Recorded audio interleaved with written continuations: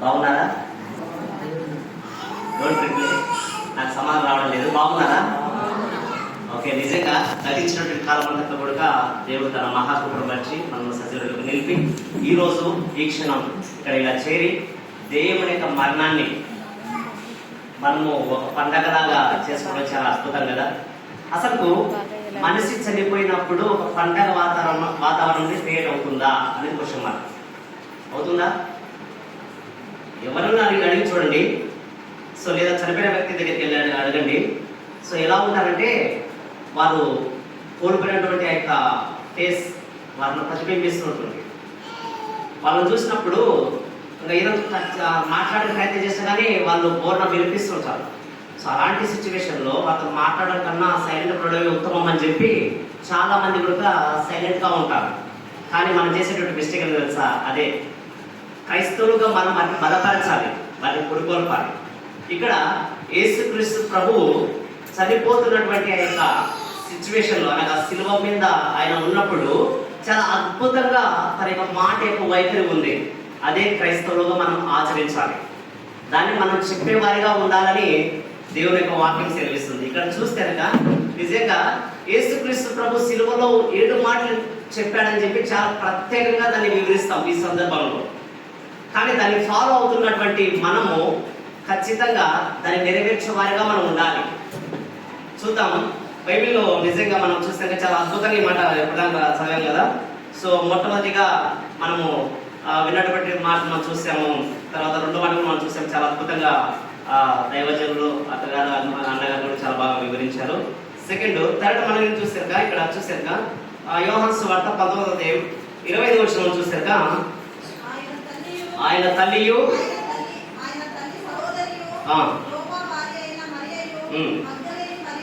Okay okay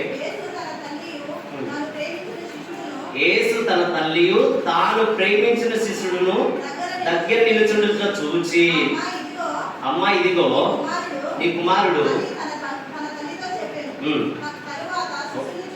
okay okay, super అండి. చాలా అద్భుతంగా యేసుక్రీస్తు ప్రభు ఇక్కడ ఈ మాటను చెప్తున్నాడు. బాగా ఆలోచిస్తే కనుక సో అక్కడ యేసు ప్రభు సిలువ వేసినటువంటి యొక్క సిచ్యువేషన్ లో కింద తాను చూచినప్పుడు బాగా గమనించండి, దేవుడు మనం చూస్తే మనకు కనిపించే వారిగా మనం ఉండాలి. ఈరోజు దేవుడు బిడ్డలుగా ప్రజలు చేపడుతున్నటువంటి మనము దేవుడు మనల్ని ఆకాశం చూస్తే లేదా దేవుడు మనల్ని పరిగెత్తి చూస్తే ఖచ్చితంగా మనం కనబడుతున్నామా అన్నది క్వశ్చన్ మార్క్. ఈరోజు మన ఆత్మను పరిశీలన చేసుకుంటే నిజంగా నేను కనిపిస్తున్నాను అని చెప్పి ధైర్యంగా చెప్పే వాళ్ళు ఎంతమంది ఉంటారో ఆలోచించండి. యేసు కూడా ఆయన చూడగా ఏం జరిగిందో తెలుసా? అక్కడ యేసు కనిపించాడట. సెకండ్ తాను ప్రేమించినటువంటి శిష్యుడుగా ఉన్నటువంటి యోహాను గారు కనిపించారట. చాలా వండర్ఫుల్ కదా. అంటే ఇద్దరు ప్రత్యేకంగా కనిపించారు. ఈ ఇద్దరు గురించి కనుక ఆలోచిస్తే కనుక ఇక మరియ ఎవరండి? మరియ ఎవరు చెప్పండి. అంటే ఉన్నారా? Please reply your answer. యేసు యొక్క తల్లి మరియ. ఈ మరియ ఎలాంటి వేలో ఉన్నప్పుడు దేవుడు ఎన్నుకున్నాడు తెలుసా? కన్యకగా ఉన్నప్పుడు, ఏ వ్యక్తి కూడా ఆమె టచ్ చేయనప్పుడు. అర్థమవుతుందా? అంటే ఎంత పర్ఫెక్ట్ గా ఆమె ఉందో, ఎంత అద్భుతంగా తన యొక్క జీవితాన్ని భద్రపరచుకుంటుందో చాలా వండర్ఫుల్ అనిపిస్తుందండి. సో ఆ యొక్క కన్యకలో ఉన్నప్పుడు దేవుడు ఆమెను ఎన్నుకున్నాడు. ఎన్నుకొని సో నీ ద్వారా తాను క్రీస్తు అనేటువంటి వ్యక్తి వస్తాడని చెప్పి చాలా అద్భుతంగా ఆమెతో మాట్లాడిస్తాడు. చూడండి, నిజంగా ఈనాటి కాలంలో మనం చూస్తే ఆమెను ఒక దేవదూతగా క్యాథలిక్ చర్చ్ కావచ్చు, అనదర్ డయాసిస్ కానీ సో వాళ్ళు ఫాలో అవుతున్నారు. నిజమేనంటారా? నిజంగా ఇంతకు ఈమె ఎవరు అని ఆలోచిస్తే ఒకసారి బైబిల్లో ఒకటి మాట చూద్దామండి ఆమె గురించి. లూకా సువార్త 1:32 యేసు ఇద్దరు వ్యక్తులు కనిపించారు. వాళ్ళిద్దరి గురించి మనం తెలుసుకొని ముందుకెళ్దాం. లూకా సువార్త 1:32. ఓకే ఓకే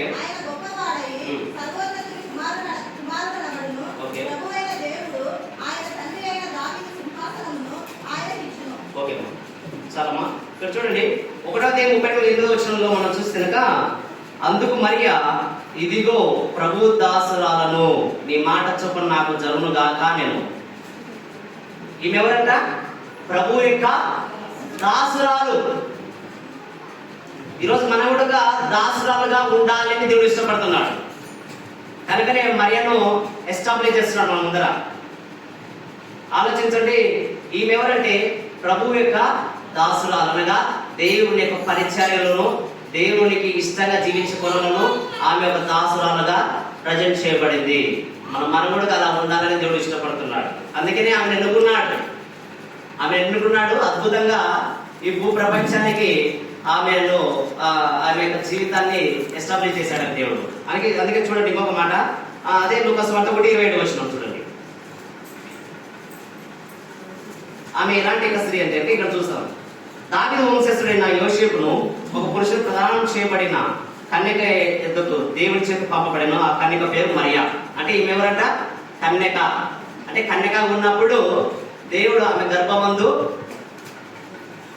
జన్మించాడు. అందుకనే యేసు ప్రభు, అనగా మనం దేవుడు అనుకుంటున్నటువంటి యేసు ప్రభు భూమి మీదకి వచ్చినప్పుడు ఆయన పరిచయం చేస్తున్నటువంటి ఆనాటి కాలంలో చాలా మంది ఏమన్నా తెలుసా ఆయనలో. ఒక మాట చూద్దామా, చాలా అసలుకైతే బాగా అనిపిస్తుంది. యోహాను సువార్త చూడండి ఒకసారి. యోహాను సువార్త 8వ అధ్యాయము.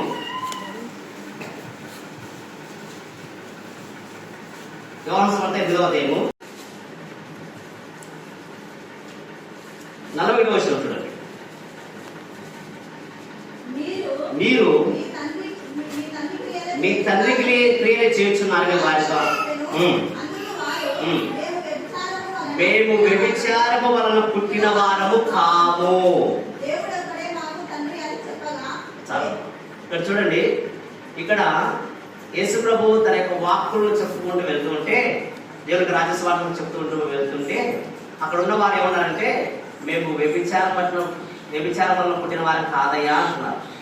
గమనించండి, బైబిల్ మనకి ఏం చెప్తుంది? సో ఆయన పరిశుద్ధాత్మని వల్ల గర్భం ధరించను అని చెప్తుంది.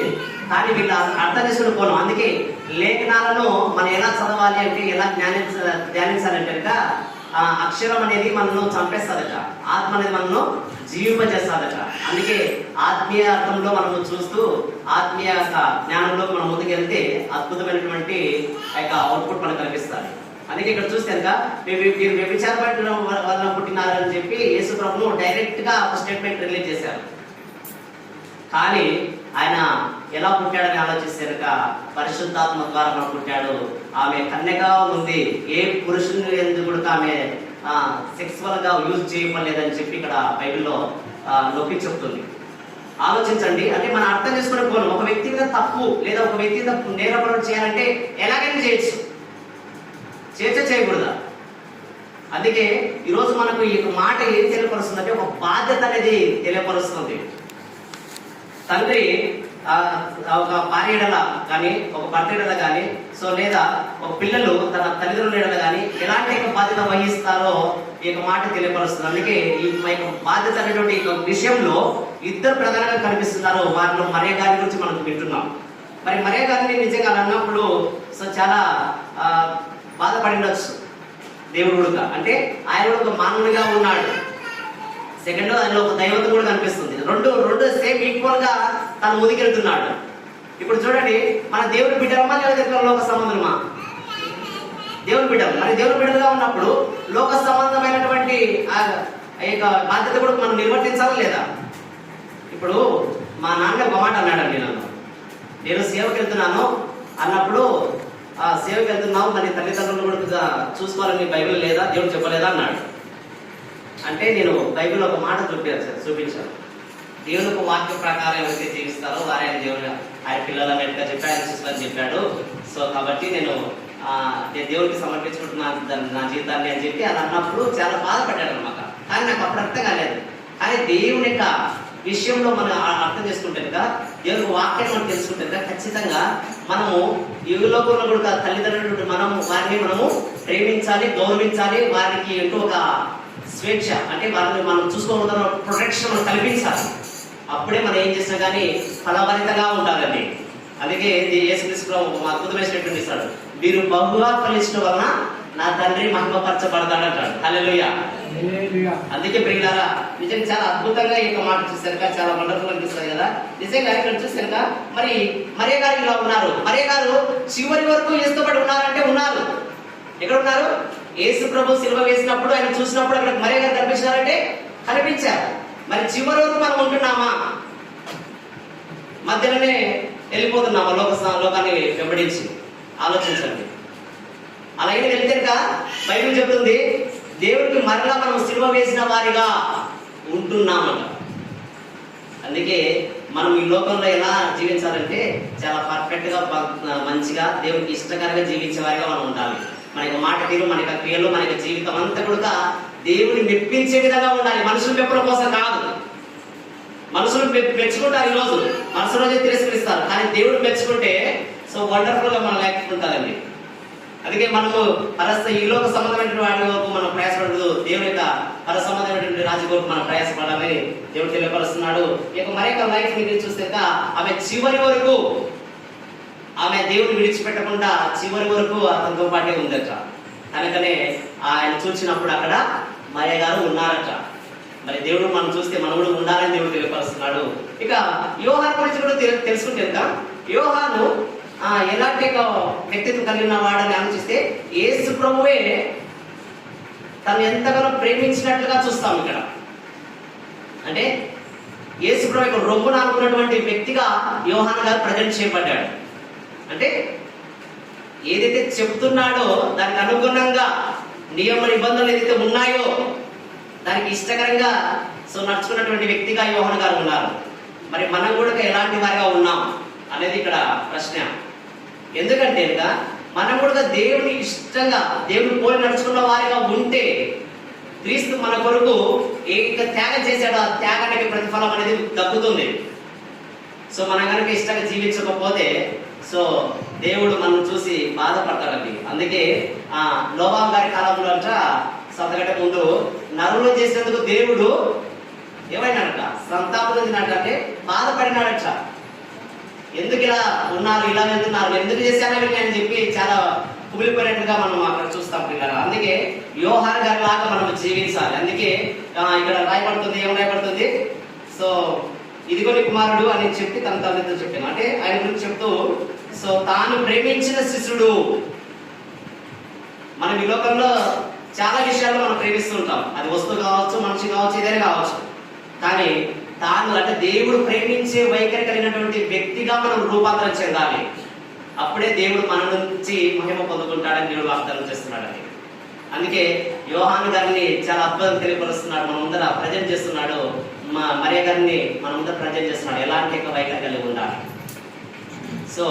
ఆయన విడిచిపెట్టకుండా ఆయన వరకు జీవించే వారు అడ వరకు వస్తారని దేవుని వాక్యం చెల్లిస్తుంది. అందుకే ఇక్కడ వారిద్దరు చాలా అద్భుతంగా దేవుడు వారిని గుర్తించాడు కనుకనే వారిద్దరికి బాధ్యత ఇస్తున్నాడు.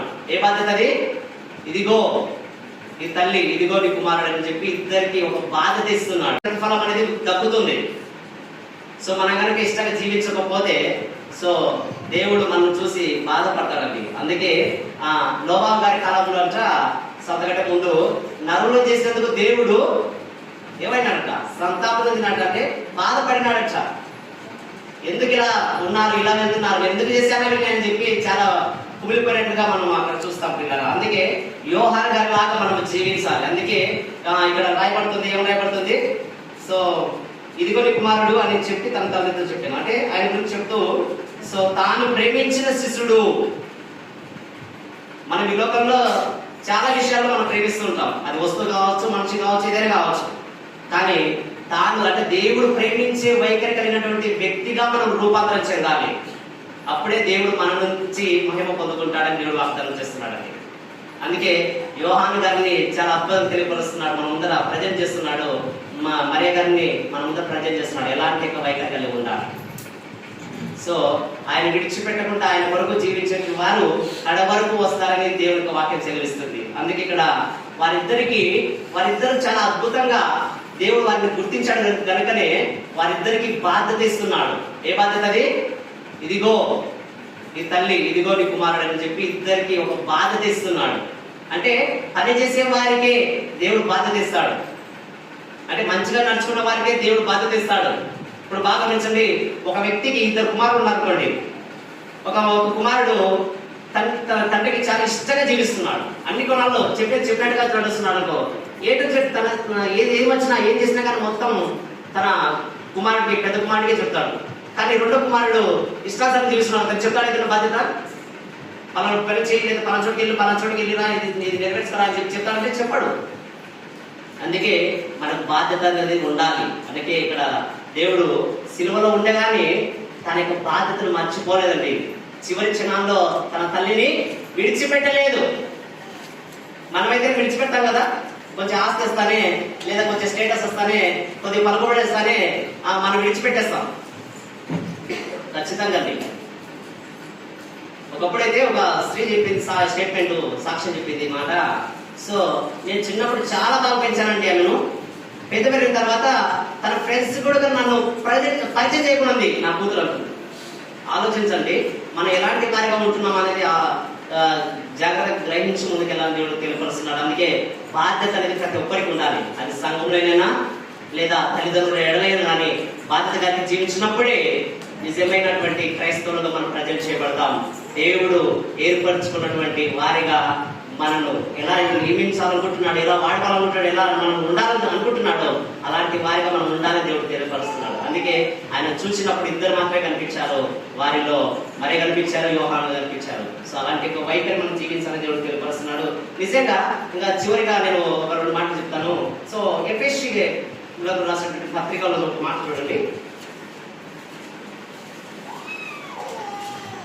ఎఫెసీయులకు రాసినటువంటి పత్రిక 6వ అధ్యాయం 1-4 వచనం. తన ప్రియులను తాను ఉచితముగా మనకు అనుగ్రహించినాడు. తన కృపామహిమను తన చిత్త ప్రకారమైన దయాసంకల్పం యేసుక్రీస్తు ద్వారా తన కుమారుడుగా స్వీకరించుటకై మనను ముందుగా తన కోసం నిర్ణయించిన పిల్లలారా, ప్రభువునందు మీ తల్లిదండ్రులకు విధేయులుండుడి, ఇది ధర్మమే. నీకు మేలు కలిగినట్టు నీ తండ్రిని సన్మానించుము, అప్పుడు నీ భూమి మీద దీర్ఘాయుష్మంతుడవగుదువు. ఇది వాగ్దానంతో కూడిన ఆజ్ఞల్లో మొదటిది. తల్లిదండ్రులు మీ పిల్లలు కోపం కనుక ప్రభు యొక్క శిక్షణ మొదలు వారిని పెంచుడి. మరి నిజంగా ఈరోజు మనము ఈ యొక్క బాధ్యత గురించి తెలుసుకున్నటువంటి కోణంలో ఇది కూడా చాలా ప్రాముఖ్యత వహిస్తుందండి.